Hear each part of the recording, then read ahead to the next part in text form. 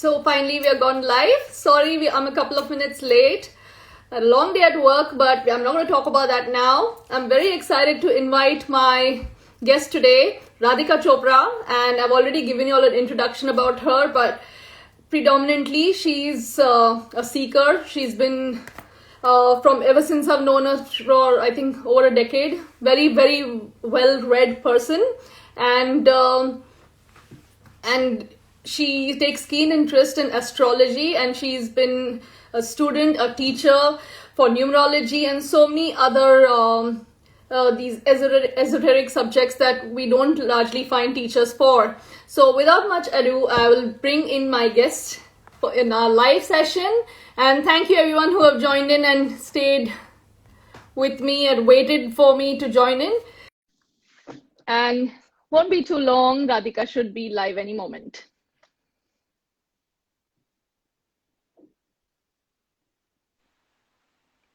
Hi, hello Radhika. Amrita. Welcome to my Friday lives. My pleasure. So can you clearly just do a little sound test so that everyone can hear me clearly? Very clear, very clear. And even if it's glitchy or something, I'll let you know. We can just repeat that part. No issues at all. It happens most often because of, I think, internet. It's not up to us. Anyway, Radhika, thank you so much for being live with me. I have been, let me tell everybody that how big a fan I have been of Radhika's lives, because I love the subject she speaks of, right from astrology and the sun and the moon, and I'm sounding very layman types, but that's how I'm always mesmerized by your lives because there's so much to learn every time, and I wanted this opportunity. I wanted my viewers and friends to have that opportunity to learn from you too. So please introduce a little about yourself. I know there's so much to tell, but still, whatever that you would like to share with us. Okay, so as you rightly said, I'm really a seeker by nature, and I'm constantly wanting to learn and discover new things, and also see what works, what's worked for me, not what works, but what worked for me, and share from that experience. I'm really fascinated with the world that we live in beyond the world that we can see. And I have a little bit of a scientific bent of mine as well as an esoteric bent of mine. And my whole journey has been about bridging both of them so that we can use our spiritual understanding in the real world in real time. So I had called myself a transformation coach, and I know that's a very general, loose term. So under that, what do I actually practice? I've been practicing blueprint numerology for over a decade. For a very long time, I've been teaching that subject as well. It's a little bit of a different approach to numerology, because it's not only predictive in its nature, but it's about understanding your entire journey, understanding your life in context to the great divine plan, and also seeing how you can make your life the best possible version that it can be. So that's what the blueprint numerology is about. As far as astrology is concerned, I am a learner. I am fascinated with the subject. The more I learn, the more I want to share what I learn. So that's where I'm coming from with astrology and what I have discovered, because I feel that there's a lot of misunderstanding and misinterpretation of that subject. I do something, I'm also learning, I'm also a student of Ayurveda. So what I practice is something called quantum synergy, which is about bringing the physical, the mental, the emotional. We are so complex in different parts, and life can get very complicated, either mentally, emotionally, or even energetically or physically. So it's about simplifying that and using tools and techniques for things like that. Wow. So a little bit about where I'm coming from just before we go ahead is that I do feel that there is no mentoring or teaching or coaching that I call myself a transformation coach, but that's really not the word, because I don't believe the word in coaching. Nobody needs to be coached. There's nothing that's broken that needs to be fixed. I think it's a process of unraveling your own truth, your own potential that only you can do. So I can just sort of walk that path where you take me along with you. So that's how I like to approach it. So Wow. that was a little That's bit such about a, me. that's very humble of you to say so. But yes, while you put it that way, I would love to consider it that way too. But yes, somebody there, somebody being there to guide you in the right direction is also a huge blessing. So Of being as a course. coach or as a guide in all purposes, I know you've changed many lives. I've been hearing your lives and I've been seeing testimonials. And I've read rave views about your book. Unfortunately, I couldn't get my hand on your book, but I'm hoping now. Okay. I realize it's there on Amazon, It, so I'm going to order it's my on copy. Amazon. It's on Kindle, so worldwide. So please get Oh, it. perfect. Kindle, then I'll make Yeah. sure I have it ASAP. So today's subject, I decide. Sorry, did I interrupt? Like you said, it's a simple book to read, so yeah, it's everybody's book. Yeah. Perfect. I'll mention the details of the book again when I save this IGTV on the description below. So today I requested you to speak about astrology because like you said, it's misinterpreted and I was one of them until started hearing your lives and I realized there's so much to it which is so relevant to us. I mean, right from the distance from the sun to moon and how much I mean, it was a huge topic, eye opener for me. So, can you give us something about astrology? Because I think none of us really know in depth unless they have decided to read about it.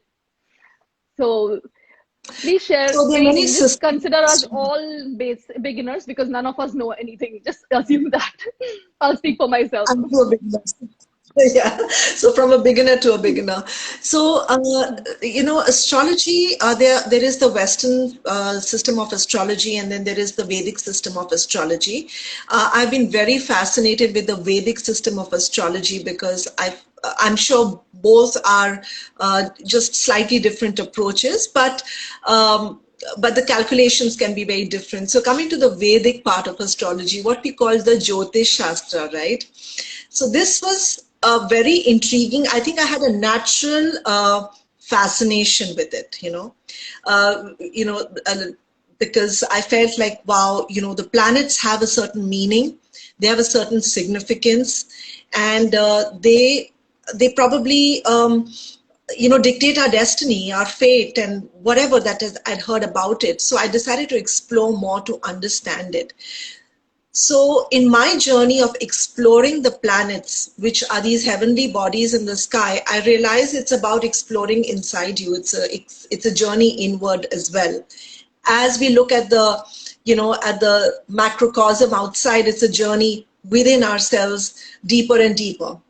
So that's what really, really then changed my relationship with astrology, right?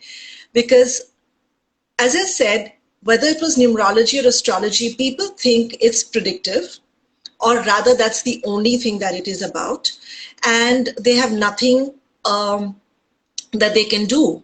So there are a lot of people who have an argument that if there's nothing I can do, why should I even know? And that's really a valid argument. But the point of astrology is to understand your tendencies. It talks about your journey. Where have you come from? What are you carrying? What are your karmic seeds? What are you trying to explore? What are you trying to master? What are you trying to balance? What have you come here to do and be in the world? So if you look at it from that perspective, then it really opens up even more, right? And what has never failed to fascinate me is that you and I are born at the exact moment in time according to our karmic patterns. Wow. You know, the words will fall short in describing my fascination and the whole beauty of how this cosmic play works. There is never a mistake.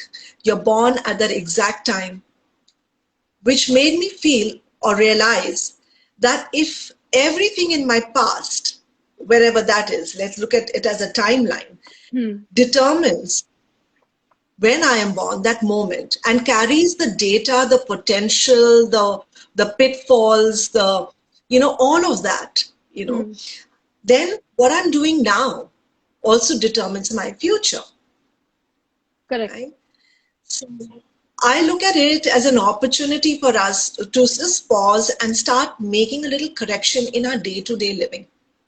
And I feel you can use astrology even for that. Right? Lovely. So when we So generally, sorry, for you about, I'm I bursting can with keep talking, questions. Amrita, but you ask me a question. I can keep talking. I can go. No, so I wanted to know when so an individual is born, and so how, Yeah. and you said that exact moment is pretty much pre-decided by our karmic patterns that we have.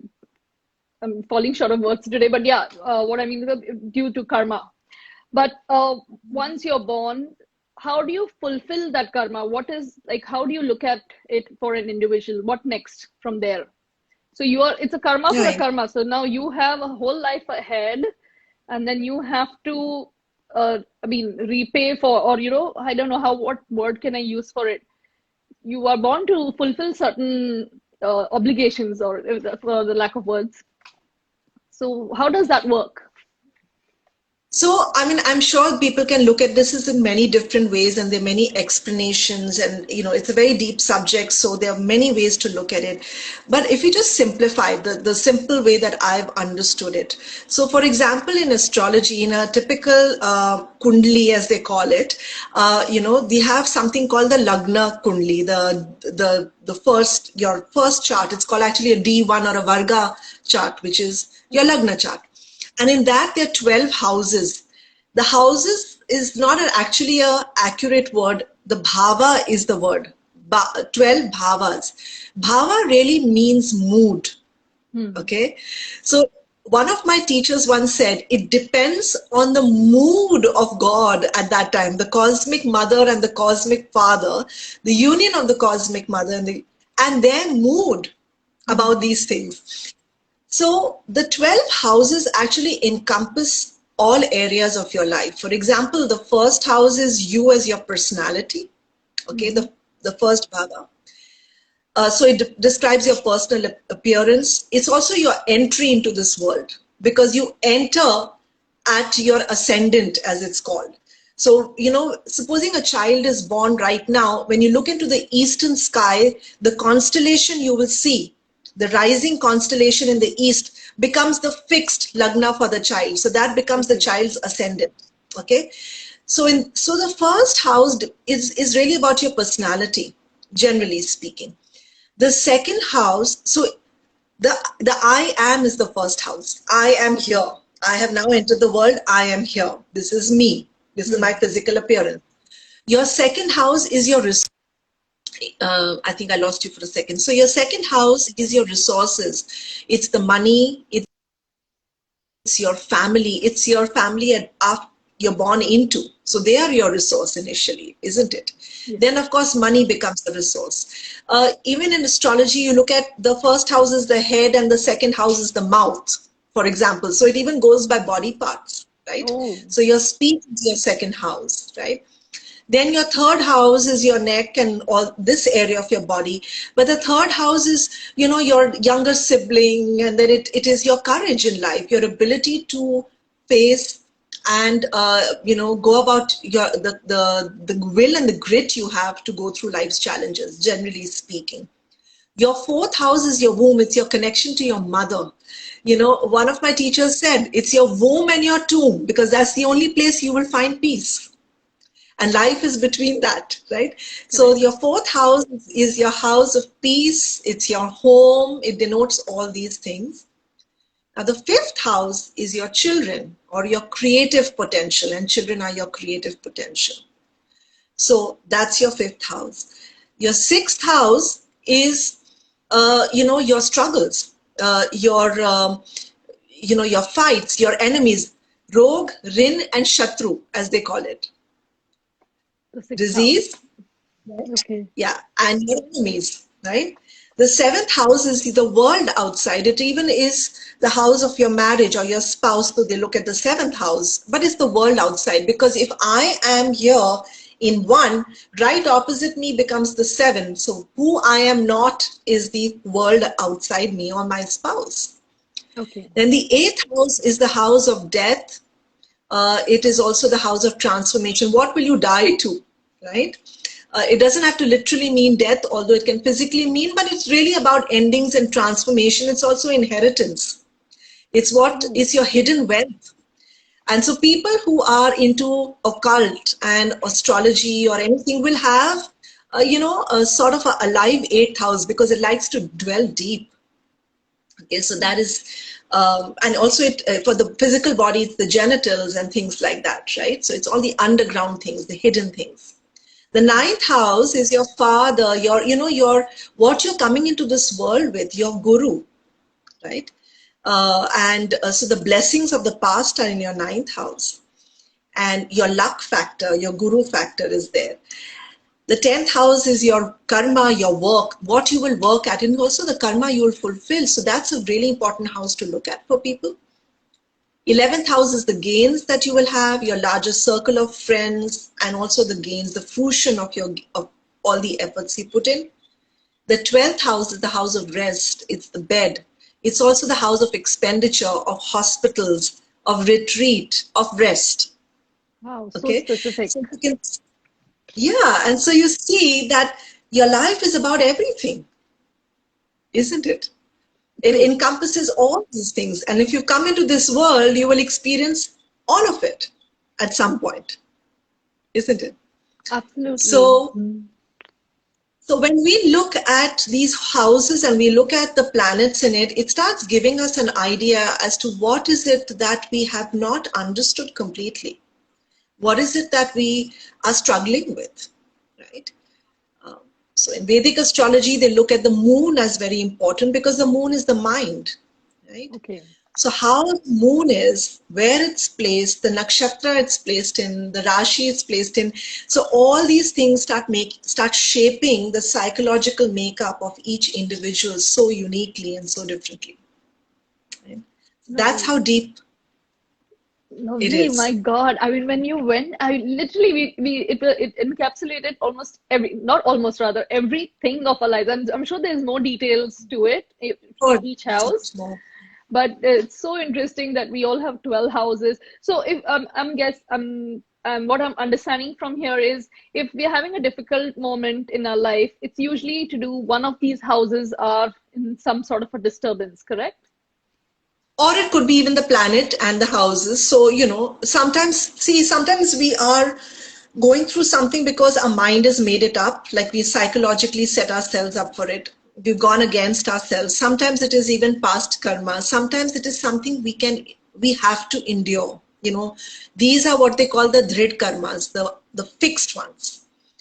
There are other parts which are adrid, which are not fixed. So those are things that you can work with, right? Now, why do people get so wary of Saturn, Shani? This whole thing about Shani is there. Because he's very fixed. You cannot escape. So have you noticed that when you go to a Shani temple, you don't look into the eyes?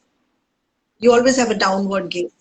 That's what you should be having, a downward gaze. Right. In Because fact, you the don't look. statues always kept slightly lower. They're always together in a separate area. There, but it's just advised that you look down. You don't look into the eyes, okay? Because the gaze is crude. It's very harsh. It's not sparing. So literally, Saturn is one of those archetypes that you have to endure certain hardships, but you have to be diligent. You have to surrender. So there is always these stories and these themes coming out of it, which are real great life lessons. What is it teaching us?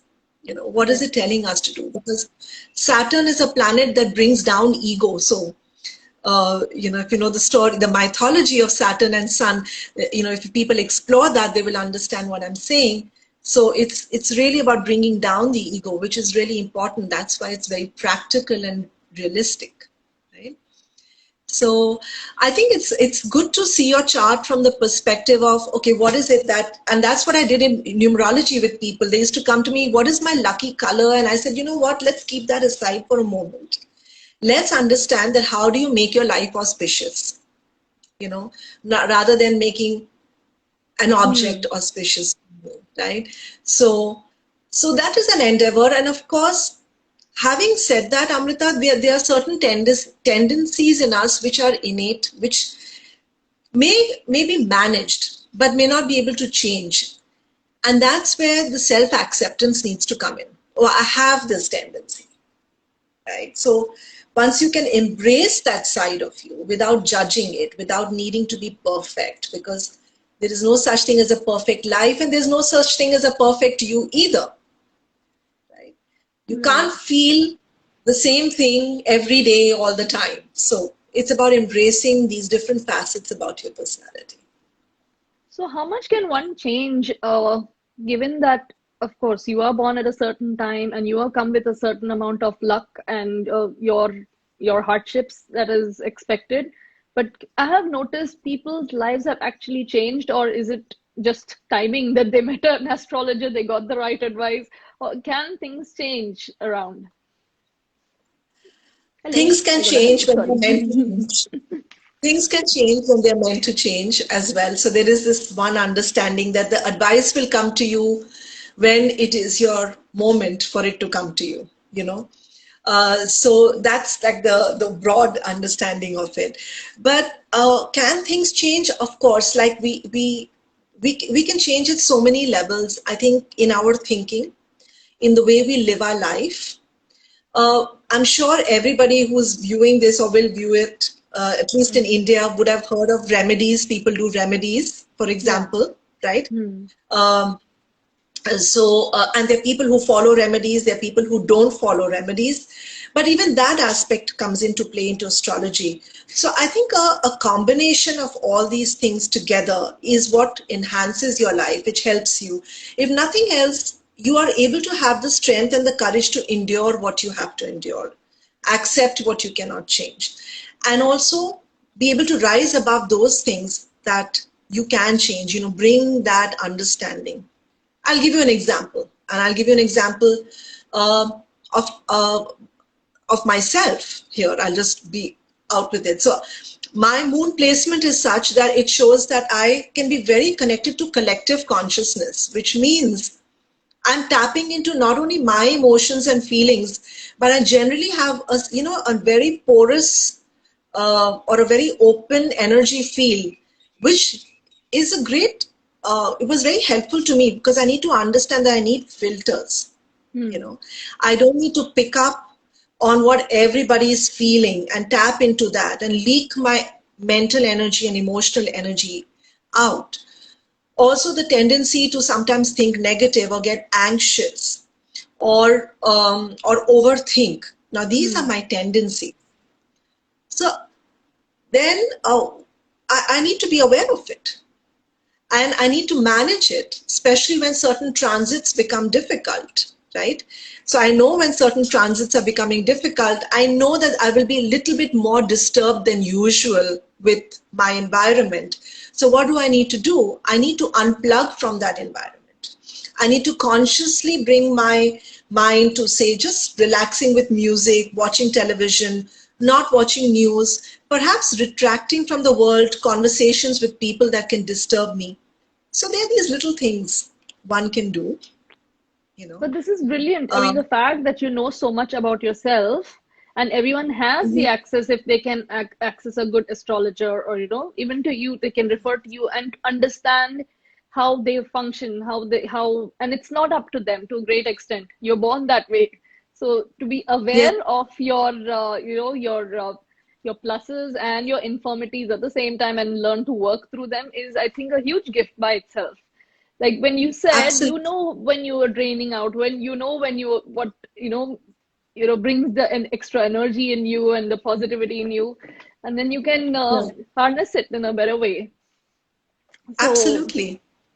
And when I was talking about remedies, if you realize what we call remedies today is actually just everyday life, used to be everyday life. Like, for example, people would get up very early in the morning. They were like when you look at our grandparents, they had this habit of getting up. I remember my grandparents getting up at 4:35. same here. Now, so why did they get up? Actually, that's a beautiful time. That's the Brahma Muhurat. That's a very auspicious time. right? When you get the first rays of the sun, the Savitur, it's very, very, very auspicious. And then people used to always have a tulsi plant in their house, for example. They used to put water in the tulsi. So even like doing Surya Namaskar early in the morning, this is what help people strengthen their sun in their chart.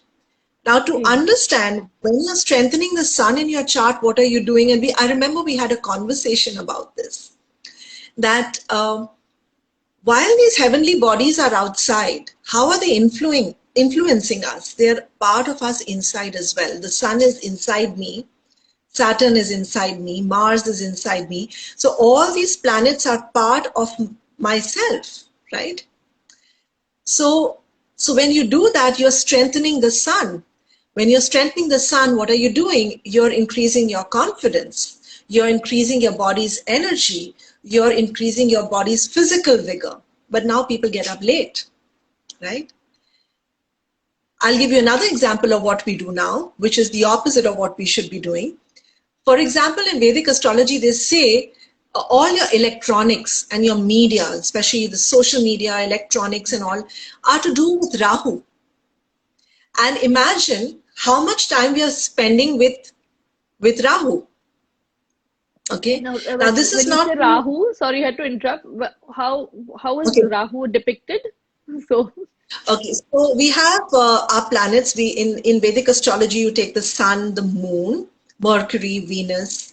You are on Earth, right? So you don't take that. Then you have all these planets. Now you have Rahu and Ketu, which is again very commonly heard by people in. Yeah. So what are Rahu and Ketu? They are actually not planets. They're shadows. They're astronomical. They're a mathematical point in the sky. So with the ecliptics of the rotation of the Earth around the sun and the moon around the Earth, that ecliptic point, the cross, creates the Rahu and Ketu. But how does it translate astrologically in our lives? Rahu is why you're here. Rahu is desire. Okay? The want, the need for something. That is why you are born. Ketu is the moksha. You will leave because of Ketu. One of my teachers said, you come into this world with Rahu because you desire something, and you will have an aversion or you'll want to leave because of Ketu, because it is of moksha karaka, right? So what you get liberated from. So you come into this world and you liberate it from this world. Same way, like you put Rahu, you desire a chocolate cake. Oh my God, it's so... You just want to have that cake. You do anything to have it. You will enjoy it. Not only will you have a slice, because now you're feeling greedy, you might have 2 or 3, So that's the Rahu energy. And then you will be like, okay, I put on too much weight or whatever it is. I am going to cut it off. I am going to just cut this thing out of my life. I'm not going to have chocolate cake. So that's the aversion or the exclusion or the liberation from the chocolate cake. And that's Ketu in action. In a way. Okay. Oh God, then I have a Rahu and a Ketu talking every day, all the time. All day, all of us, right? It's that struggle. Life is a struggle between the two. It's a magnetic pull. You are drawn and you're averse. You're drawn and you're averse. So now when I said social media, we spend so much of time with social media and we are constantly activating Rahu. Now Rahu is also if we call it a planet, a graha, we can say it is also a planet of delusion, of illusion rather, the delusion. It's illusion. And have you seen Facebook? Have you seen Instagram? You'll see people projection. They're projecting out. They're projecting the grand life they have. It's a lot of people are living very different lives in reality and very different lives on social media. So that's very Rahu, where the projection is larger than life. It's not real. Okay. So I think, again, that's something we do on a daily basis. So curtailing that is very important in a way. Now we all need to do that, right? So we need to have a balanced life. In so many ways. Like when we do exercise, what are we doing? We are activating Mangal. So Mangal is energy in the body. So, what I'm trying to say here is we don't have to look at it in some mystical oh, I can't do that way. But if you look at it, if you live your life the way our ancestors did, the wisdom that they lived with, you will see half of the remedies or more than half of the remedies we are doing with correct daily living. Very true. I agree. And when you went back to saying about grandparents, and they did things so differently, and now we, of course, we attribute to everything to modernization, how things, social media, of course, has a big role to play.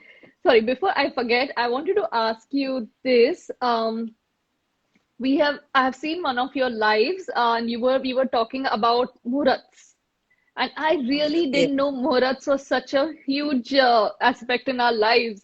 So can you share something on Muhurats, please? Because this is a very loose term. You just go to an astrologer, ये मुहूर्त सही है, and then ठीक है सही है. But we've not really understood क्यों सही है और क्यों नहीं सही है, for that matter.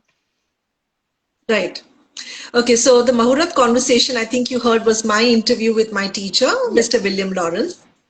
So I've enrolled in his Muhurat class, so I'm still a student of it, but I did know a little bit about Muhurat. We've all heard it, and we all heard it generally in terms of Shadi ka Muhurat, means wedding Muhurats, right?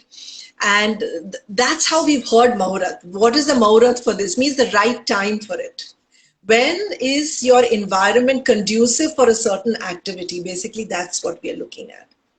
And in that video, I mentioned to my teacher that I think it's something that's getting lost in the modern world.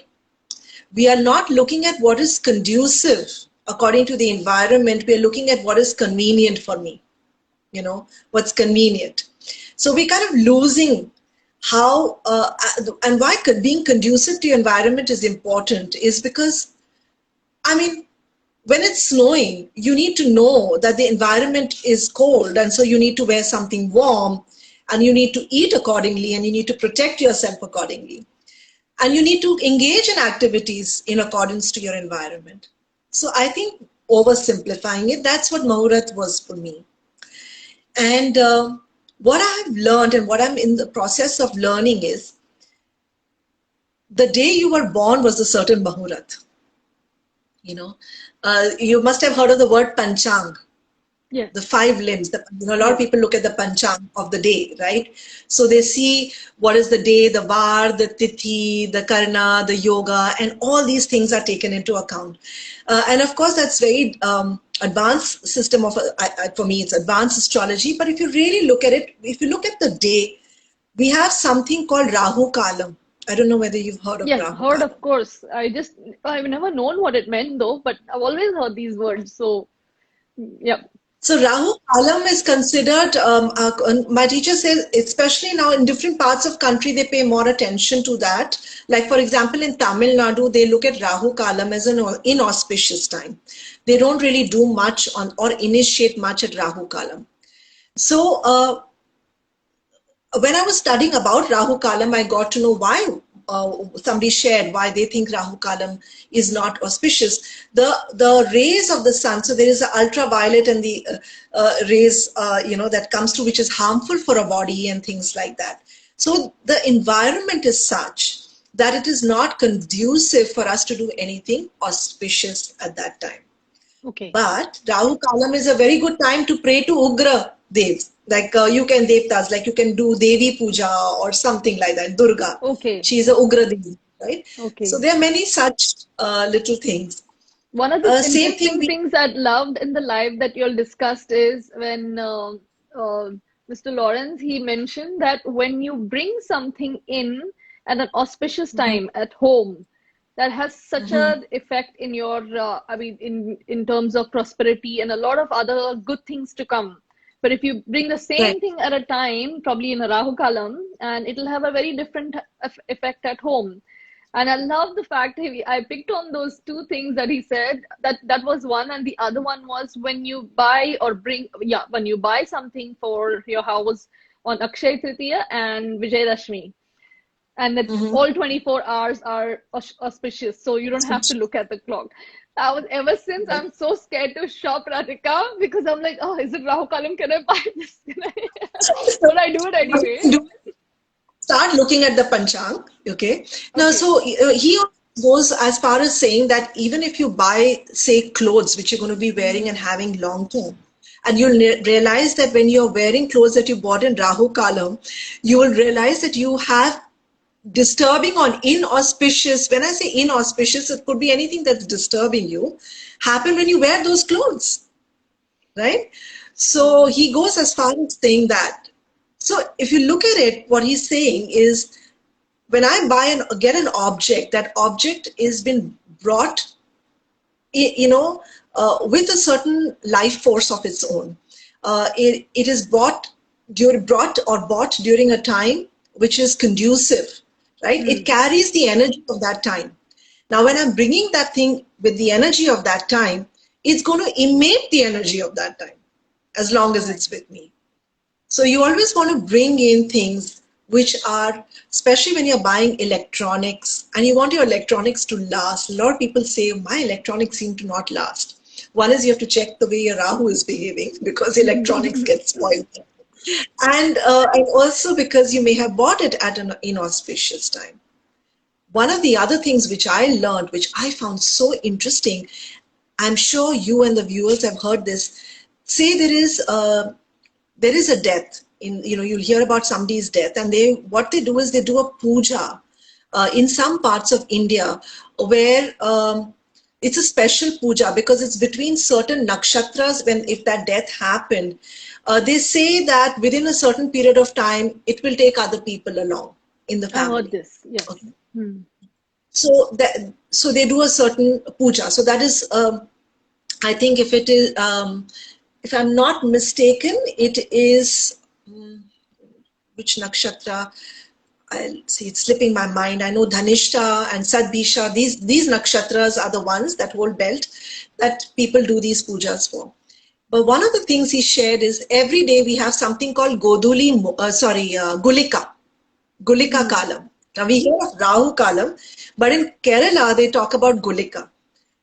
Now what he says is that Gulika is a good time for you to do something which is auspicious, in fact. Okay. Because whatever you do in Gulika, there'll tend to be a repetition of it. Interesting.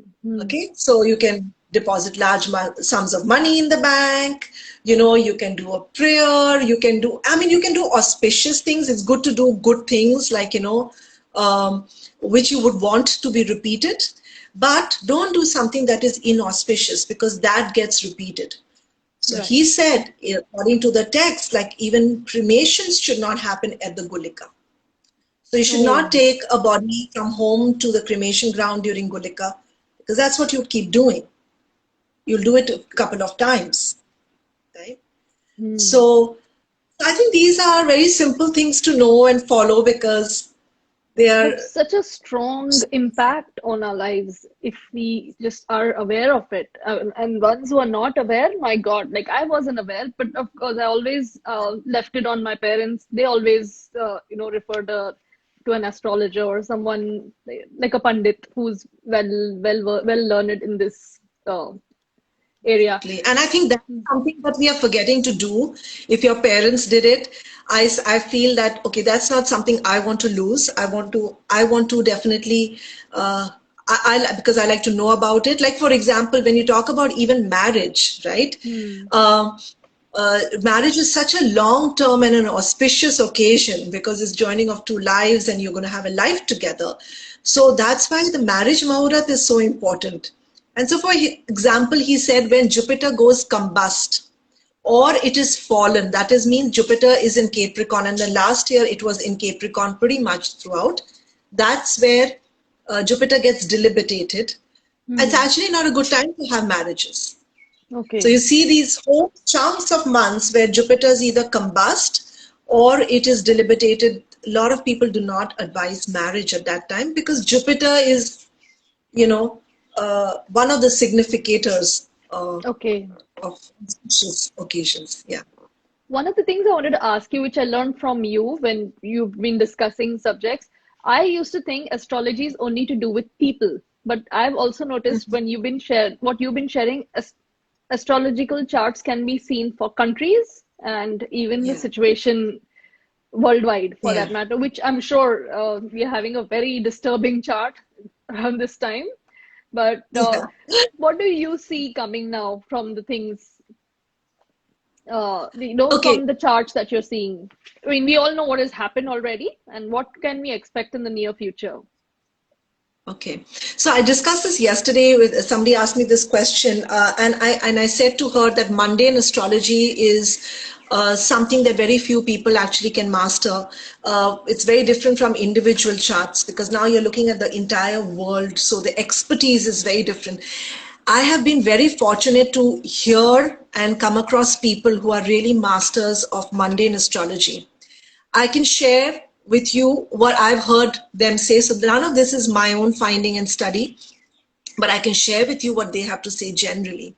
Mm-hmm. So you rightly said that, even countries have their own astrological. Now, if you see through this world event, you will see certain countries impacted more heavily than other countries.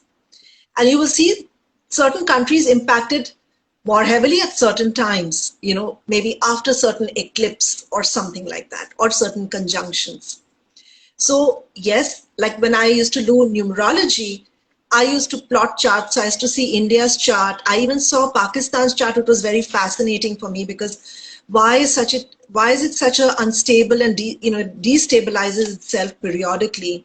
Mm-hmm. And so you can see numerologically that Pakistan has an extremely difficult and extremely volatile chart. And if had they ever consulted, that was really not the time to have a country.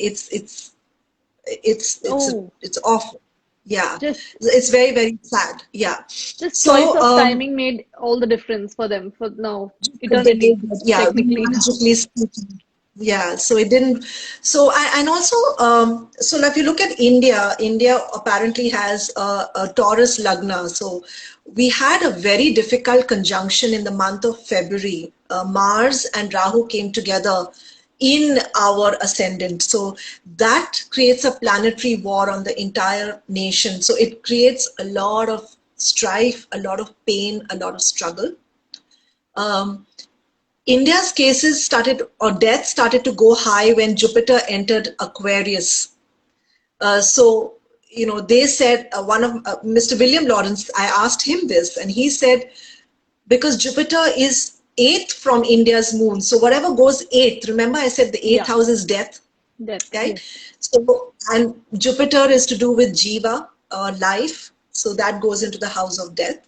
So in such ways, you can see that there are difficulties for different countries at different periods of time. There'll be a lot of opposition. Whenever the sun gets afflicted, suddenly there'll be people who will start maligning people in the government and think, or whatever, or there will be a lot of anger, there'll be a lot of upset. So all these things will play out. It's all a play, and it all passes, right? It's best to become an observer. So what they are saying is that 2021 was slated to be a much more difficult year than 2020, and we've seen, and no, I don't. A lot of people said there is no way that this pandemic will disappear in 2021 as people had hoped. True. It's actually following the same sort of the same pattern as the Spanish flu. That's what the study has been done. Mm-hmm. And the second wave of the Spanish flu was much more deadlier than the first. And we can see Mm-hmm. that that's actually how it's happened. And they are saying that, well, even the month of May was not really good. Now we have this, for example, in India, we have the black fungus, which was something that one of my teachers had mentioned that there will be something that will come up which will be of concern. Mm-hmm. And I think it's only at the end of this year that we will have a certain degree of respite in terms of the up and downs that we will go through. And the reason to know this is not to get perturbed, but to exercise our intellect and caution that when things open up, we don't abuse our freedom again, right? True. We don't get careless. We behave intelligently through the play of this great intelligence, right? And many predict that by next spring, March or April, things are going to get way, way better and much more manageable. And life would return to a great sense of normalcy. And I think at ground level, it may be because, a lot more population will be vaccinated and a lot more strides in medical feel will be done. So perhaps that's what's going to happen in ground reality. And one of the astrologers says it's only in the month 8th of February in 2023 that you will find that COVID is not a thing that anyone talks about. Okay, but Wow. next year, I'm Let's hoping. hope. I know, but it was still violent to my ears when you said next year by March we'll see a lot more Yeah, respite. Right now, the yes, way things are going, even to hear that is so reassuring because it's really scary. Younger people have been affected more largely this time, unlike before. yeah. Unlike it was earlier, it was all the seniors who were more affected by it. So anyway, I don't want to get into the grim details, but Yeah. anything else that you wish that we should know, or considering with astrology and present times and what we can do for ourselves, because everyone's very put off, and I want, I mean, that includes me because we hear news, although I'm sitting in Australia, but my heart and soul is in India, and it just doesn't feel the same. And we also hit lockdown from today, so now I'm living the same life finally. But yeah. So I think, Amrita, we all are going through it at different levels at different times, and I really feel that we have to allow ourselves to go through the human emotions. It's okay to feel anxious. It's okay to feel fearful, depressed. Uh, as long as we don't dwell on it for too long, we don't want to stay there, but we want to allow ourselves to feel it, not feel it right, but feel it all. We are going through something collectively which is really huge. It's impacted people. It's very difficult not to be affected by the world outside. But one of the things that even my Guruji keeps reminding me of is don't keep plugging into suffering that is not yours, because you will bring it into your life. And this is not out of uh, apathy or no compassion for the world, but this is about understanding energetics. And I think we need to understand that while this is a tragedy unfolding, it's also our karma unfolding. And all we can do is take care of ourselves the best we can. Whatever is in our hand, we can do that. Leave the rest, deal with it when it happens. Secondly, is bless the situation. And the world is full of conflict and anger and slinging and voicing and opinions. And, there is just, I think what's worse than the pandemic and what personally put me off was the picture all over the world. And uh, I'm going to say it right here, and I think it's really important for, at least for me to say this, is that there is a sense of decorum, there is a privacy, there is an honoring, and none of that was followed world over. And I asked one of my friends, and she says, do you know that there is laws in the US, for example, that you can't enter cremation grounds or the graveyards to show people being buried, and people were buried. And I think that's distasteful. And Absolutely.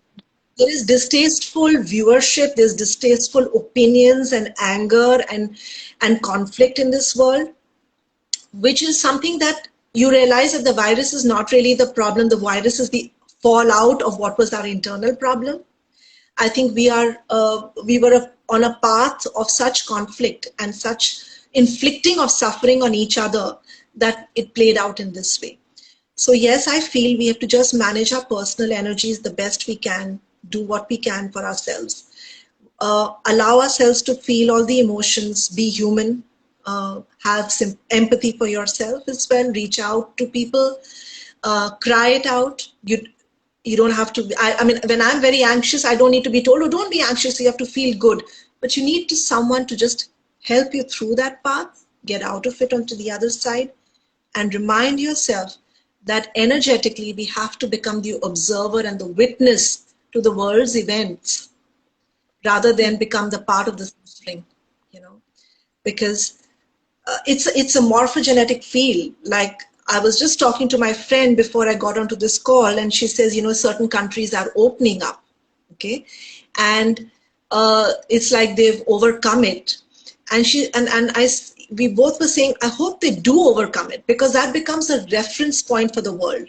Once True. that joy, that sense of freedom happens for someone, it becomes a possibility for someone else, It might be a right? rippling effect, where other So I countries think imbibe that energy. Yeah. we need to celebrate our wins. We need to celebrate our recoveries. And health and our visions. So I really am not a big fan of people putting on masks and saying this is a new normal. No, this is not a normal. This is an anomaly. Yes, of A course. new normal will be without masks, and we will be able to breathe free and live free. That is the vision I have, not the mask vision. But Of we need to course wear the not. mask. Yeah. Even Yeah, I think I know people are having, I mean, it's best that they get used to it for now till everything becomes all right.